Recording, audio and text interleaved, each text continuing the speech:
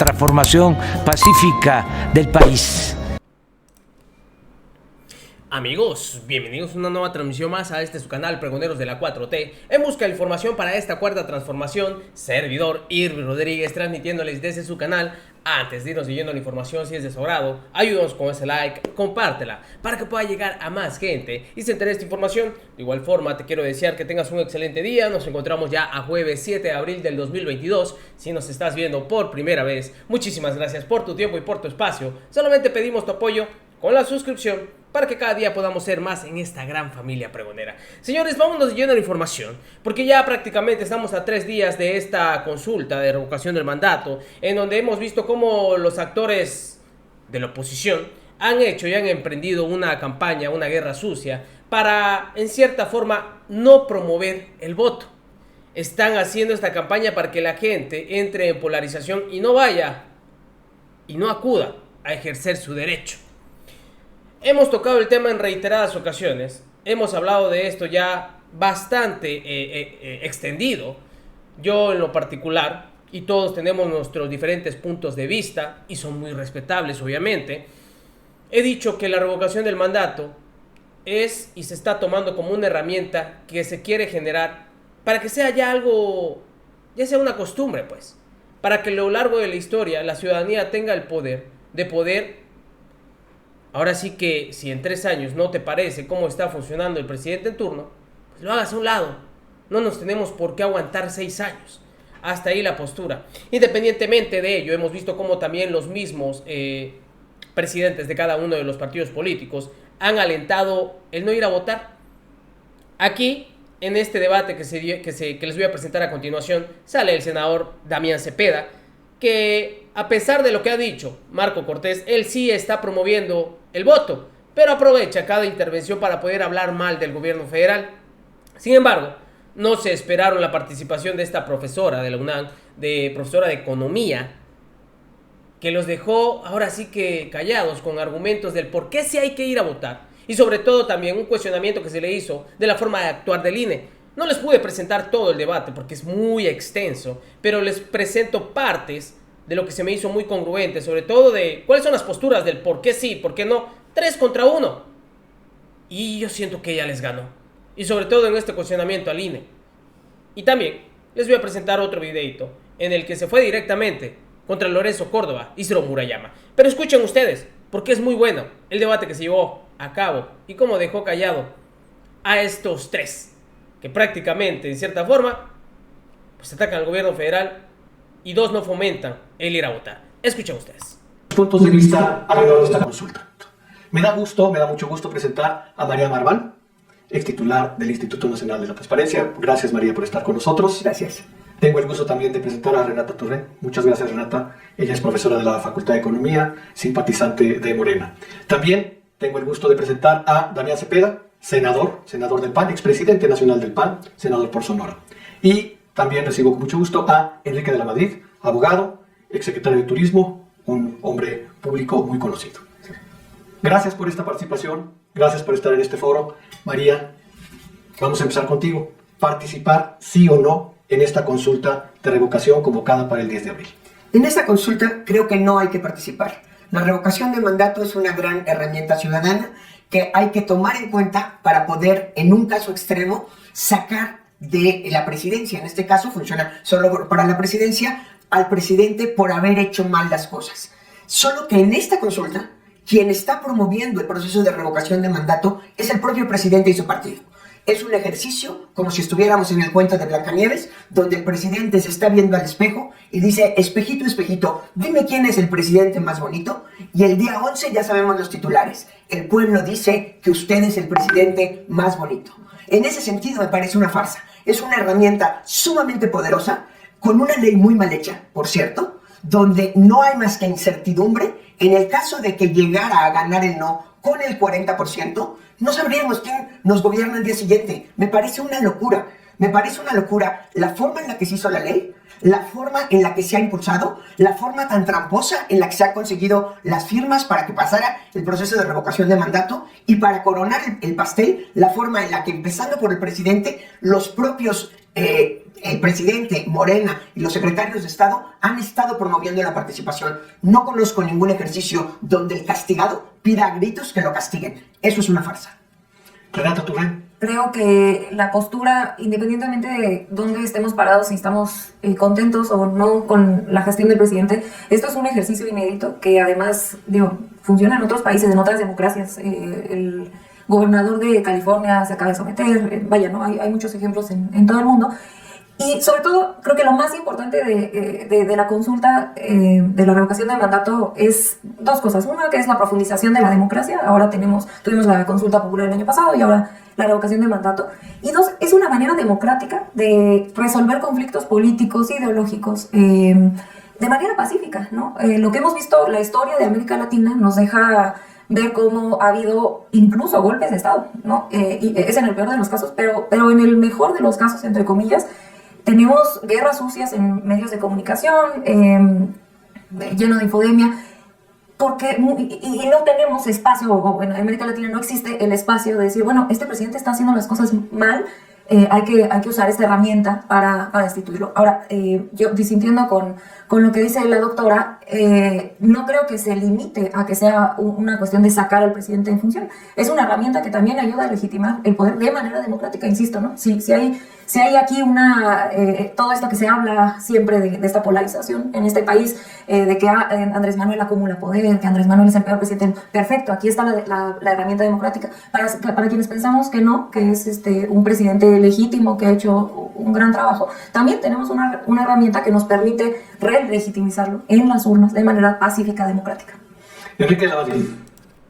Efectivamente, y es lo que hemos hablado todos. Qué ironía que sea la misma oposición la que no quiera llamar a votar cuando andan desesperados diciendo que el gobierno anda muy mal, que el desempleo, que la inseguridad, que las vacunas, que la salud, todo para ellos anda muy mal. Y tienen la oportunidad de hacerlo y dicen no hay que ir a votar. Es la más levantar el ego del presidente. Pues miedo a quién le tienen. Sabemos que tienen pavor a que el presidente de la República aparezca en las boletas, en cualquier boleta, porque saben que es apabullante la manera en como el presidente tiene, la verdad, gente que lo quiere, que lo adora, que lo aprecia, y sobre todo por el gran trabajo que ha hecho. Es una persona congruente con lo que dice. Yo creo que ese es el temor de la oposición, el ver aparecer al presidente en una boleta, de veras que los tiene vueltos locos. Tanto así, que ustedes ven la participación de la Madrid es priista. Damián Cepeda es panista.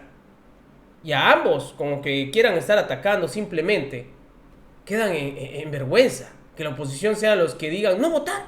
Vean. ¿Para regresar sí o no? Me parece que en el caso mexicano la revocación es un ejercicio imposible e inútil. Y me explico por qué. Primero, hemos dicho que se necesita que alcance el 40% del padrón electoral para que sea válido. Entonces, primera respuesta, no se alcanza el 40% del padrón, se queda. La otra es, si se alcanza el 40% del padrón y los mexicanos que van a votar deciden que el presidente se quede, se queda. Y la otra es, el 40% de las personas sí se alcanza y deciden que se vaya el presidente. Pues entonces no se queda. Porque al final ya lo que haces es que generas un presidente victimizado, que es algo que pues de alguna manera les es útil, y tiene el partido en el poder y sus aliados la posibilidad de decidir quién se queda de presidente. Entonces en los tres casos se queda. Entonces imposible e inútil. Esto es al final del día una simulación, porque detrás de la revocación en realidad lo que existe es una ratificación. Pues tan es así que la pregunta prácticamente que dicen es, díganme ustedes si por pérdida de confianza se queda el presidente, ¿se va? O pongan ustedes si se queda. Pues es una ratificación en el fondo. Entonces, ¿por qué lo hacen? Lo hacen por muchas cosas. Una, para seguir polarizando, que es algo que les funciona. Para movilizar a sus bases. Además, estamos haciendo un muy mal momento, porque ya para efectos prácticos estaremos en plena campaña electoral. Entonces, también movilizo a las bases ahora en las campañas que vienen. Como dice Renata, también para legitimarse. Pero ¿a pocos necesita eso si tenemos todos los días encuestas en donde el presidente sale todavía bastante bien evaluado? Entonces, me parece un ejercicio absurdo, en donde además la intención, y ya hablaremos de eso cuando hablemos de los recursos, es desviar los recursos públicos y desviar la atención. ¿De qué? De que tenemos 3 años de una economía de crecimiento negativo y 8 millones más de pobres. ¿De qué? De que tenemos 16 millones de mexicanos que se quedaron sin servicios de salud porque quitaron el seguro popular sin ninguna razón. ¿De qué? De que hay 100,000 muertos en los primeros 3 años de esta administración. ¿Y de qué? De que el país no está avanzando y estamos peleados. Es un ejercicio para desviar los recursos, pero lo peor, para desviar la atención. Damián Cepeda, ¿participar en esta consulta sí o no? Por supuesto que sí. Yo quiero ser muy claro, completamente a favor de la revocación de mandato, hoy en México y siempre como herramienta del mundo. ¿Por qué? Me preguntan mucho. Pues respuesta concreta, porque soy demócrata y no se puede ser demócrata cuando te conviene y cuando no. O sea, yo creo que la gente vota y pone un gobernante. Y entonces la gente debería de poder votar para quitarlo. No conozco un solo trabajo en el mundo, en la iniciativa privada, en donde no cumplas con tus metas, no cumplas con el objetivo para el cual te contrataron. Y ahí te dejan, porque no, me tengo que aguantar. No, que corren. Y eso es lo que tenemos que hacer con los gobernantes en México. ¿Por qué vamos a tener una clase dorada, privilegiada, intocables de gobernantes a los cuales tengamos que aguantar si están mal gobernando este país como si fuera una manda religiosa? No, eso es una herencia de un presidencialismo exacerbado, histórico en el país, en donde se le ha vendido la idea a la gente de te tienes que aguantar si votaste por él. Yo no voté por este presidente y sin duda alguna no me quiero aguantar el mal gobierno que tiene. A ver, yo en lo personal creo, y quiero ser bien claro, que es un desastre el gobierno de Morena. O sea, soy opositor frontal en el Senado de la República. Lo que está bien lo apoyo y lo que no, no hay manera que me doblen. Pero yo no me puedo quedar cruzado de brazos viendo, por ejemplo, que hoy en México la economía ha quebrado. 15 millones de mexicanos ahorita mientras estamos aquí o no tienen empleo o están subocupados, es decir, trabajan menos horas al día o menos días a la semana de las que necesitan para sacar adelante a su familia, o bien tienen disposición de trabajar y no tienen empleo. ¿Y qué hace el gobierno? Nada. Más violencia que nunca, jamás ha habido tanto asesinato en este país. 15 millones de mexicanos nuevos que no tienen acceso al servicio básico de salud para un total de 35 millones. Divisiones, corrupción, y no lo quieren quitar, no, yo no me voy a quedar sentado de brazos mientras tengo una herramienta legal, constitucional, que me permite ser parte del cambio de nuestro país. No, hombre, tan preocupados están con el desempleo que cuando se están creando estas obras, el nuevo aeropuerto Felipe Ángeles que va a generar empleos, ya ven cómo estaban duro y dale con que no se llevara a cabo. Ahorita lo del Tren Maya, siguen con esta guerra sucia. Y el proyecto también de Dos Bocas. Son obras que van a impulsar la economía en México. Pero estos señores tanto andan criticando el desempleo y quieren frenar estas obras que lo están generando. Hipocresía absoluta. Hablan, pues obviamente, de los decesos. Lo vimos en su momento, cómo contaban, como si fuera algo gracioso, los fallecidos por el tema de la pandemia. Cosa, la verdad, que se me hacía muy lamentable para este tipo de oposición. ¿Y qué podemos esperar de ellos si son así? Independientemente de todo ello, quiero cerrar con esta parte, en donde también da unos puntos la profesora de Economía Turren, en esta situación que se está presentando por parte del INE. Y les digo, no solamente fue este cuestionamiento, fueron otros que les voy a presentar en un video porque se les fue con todo. Argumentos que uno también como ciudadano se pregunta y lo tiene en mente. Pero a ellos no les interesa, les interesa más pues, el dinero y el tratar de crear polarización, cosa que no debería de ser. Y se fue de lleno también con el señor Ciro Murayama y el señor Lorenzo Córdoba. Pero vean, así terminó la participación. Nos pasa ni un minuto sin presidente en México. En el momento que se revoca el mandato, entra el presidente de la Cámara de Diputados solo por hasta 30 días, con un poder muy limitado, no puede mover ni secretarios de Estado, sin autorización del Senado de la República, y en 30 días se elige por el Congreso, el elegido en colegio electoral, quien se queda. Yo creo que eso nos daría una mejor perspectiva, porque repito, ¿qué parte de la actuación del presidente López Obrador estos 4 años nos hace pensar que va a cambiar su actuar? Incertidumbre, inestabilidad política, si todos los días ataca a quien piensa distinto desde el púlpito presidencial, usan la fiscalía para perseguir opositores, hacen a un lado a quien piensa distinto, por Dios. Yo de veras digo, México tiene que cambiar y yo no me pienso quedar cruzado de brazos. Un INE parcial, dice Renata, o consejeros parciales que incluso convocan a no participar. ¿Qué opinas de eso, María? Me parece una imputación que no es cierta. No conozco ninguna declaración clara y contundente. No vamos a hablar de implícitos, porque con implícitos yo puedo suponer muchas cosas. En donde Ciro Murayama haya dicho que no vayan a participar. Yo creo que tiene razón Ciro Murayama en el símil que usa. El INE lo que tiene que hacer es poner la mesa. Esa es su obligación. No es lo mismo que invitar a votar por unas elecciones a todo el mundo. Es, en un caso específico, invitar a revocar el mandato, a correr al presidente. No es un ejercicio de venga usted a relegitimar al presidente. Y el INE como árbitro lo que le toca es poner la mesa. Y ha puesto la mesa. Me parece de verdad de las acusaciones más injustas cuando se habla de parcialidad del INE. Empezando porque el INE no hay una sola decisión que se pueda tomar de manera unipersonal. Lorenzo Córdoba, por más que salga todos los días a la prensa, está sentado en una mesa y necesita 10 votos para hacer cualquier cosa. Y no puede moverse sin esos 10 votos. Claro, se pueden hacer votos por mayoría, a veces se consiguen 6, a veces 8, etc. El cuerpo colegiado es lo que brinda al INE la autonomía constitucional de la que ya hablábamos, más la colegialidad del órgano. Entonces, creo que de ahí es de donde nace precisamente la imparcialidad con la que se tiene que trabajar. ¿Por qué no hizo más el INE? Porque no tiene más dinero. ¿Por qué no hizo más campañas de educación? Porque no le dieron dinero. ¿Por qué cuestan más las casillas? Porque había que capacitar ciudadanos. Estando en el INE, no tienen idea el trabajo que es capacitar ciudadanos. La gente que va y nos toca la puerta seguramente muchos. En fin. Pero ¿cómo contestó la profesora Turren ante toda esta situación? Escuchen ustedes. ¿Qué opinión te merece? ¿Puedo contestar? Sí, Nada más. en este planteamiento lo puedes incluir, por favor. ¿Qué opinión te merece que el INE esté constantemente silenciado? Porque esta consulta de revocación, uno supondría que tendría un debate amplio. Ustedes dicen que qué bueno que hacemos este foro. Nosotros estamos para eso.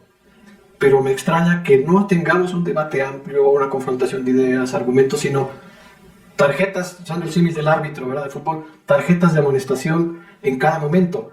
¿Qué opinión te merece esto? Y si quieres contestar también lo que te Sí, interesa. bueno, yo nada más quisiera preguntar por qué no es lo mismo que una elección.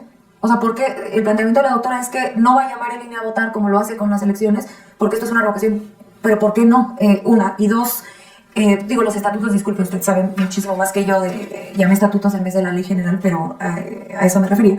Sí habla de la promoción de la democracia. Entonces no entiendo cómo es que no tendría que ser parte de su trabajo promover algo que está en las leyes y que les corresponde por ley, o no solo organizar, sino promover. Y tres, aceptando sin conceder lo del dinero que menciona, yo incluso digo, con el mismo dinero que tiene hoy el INE para promover, repito el ejemplo, si ustedes ven los spots en televisión, todos los del 100% del tiempo hablan del cubrebocas. ¿Por qué no explican? Y les cuesta igual explicar en el anuncio que hablar del cubrebocas, que ya todo el mundo sabemos que tenemos que usarlo para entrar a un lugar cerrado. Lo que tienen ahí en el metro, que eso, dicho sea, pues es una buena colaboración entre el INE y el gobierno de la Ciudad de México, donde ponen la revocación va muy bien. ¿Por qué no explicar? Les costaría lo mismo, ¿no? Incluso con el dinero que ya está. Entonces eso nada más como para responder un poco o polemizar un poco en lo que decía la doctora. Y para contestar, a mí, repito, me encantaría ver en la ley que los partidos políticos abiertamente pudieran impulsar de un lado o del otro. Sí, que es lo que nos comentaba yo, quizá ahorita nos puede profundizar más el senador, porque a mí me parece todavía peor, ¿no? Que sí está en la ley y entonces que la interpretación de la ley se esté usando para posicionarse políticamente en un lado o del otro. Y a mí me gustaría en todo caso ver si el INE ya se va a meter a decidir que sí, que no, pues entonces que lo que tendría que sancionar es la desmovilización. Si es un instituto que tiene que promover la democracia y que parte de sus objetivos es la profundización, la participación ciudadana, pues entonces los partidos políticos que estén desmovilizando, ese tendría que ser el problema, ¿no? Al que tendrían que estarse enfrentando, no a la movilización. No estamos... Efectivamente. Pero hace lo contrario. Castiga a los que lo quieren promover, aún sean ciudadanos, y beneficia a los que quieren, pues obviamente, callar la voz de la democracia. Así es este INE parcial. Señores, nos estamos viendo en una siguiente emisión. Que sigan pasando un agradable día. Servidor Irving Rodríguez, transmitiéndoles desde su canal. Recuerden, la información está ahí y depende de todos nosotros el pregonarla. Nos vemos hasta la próxima.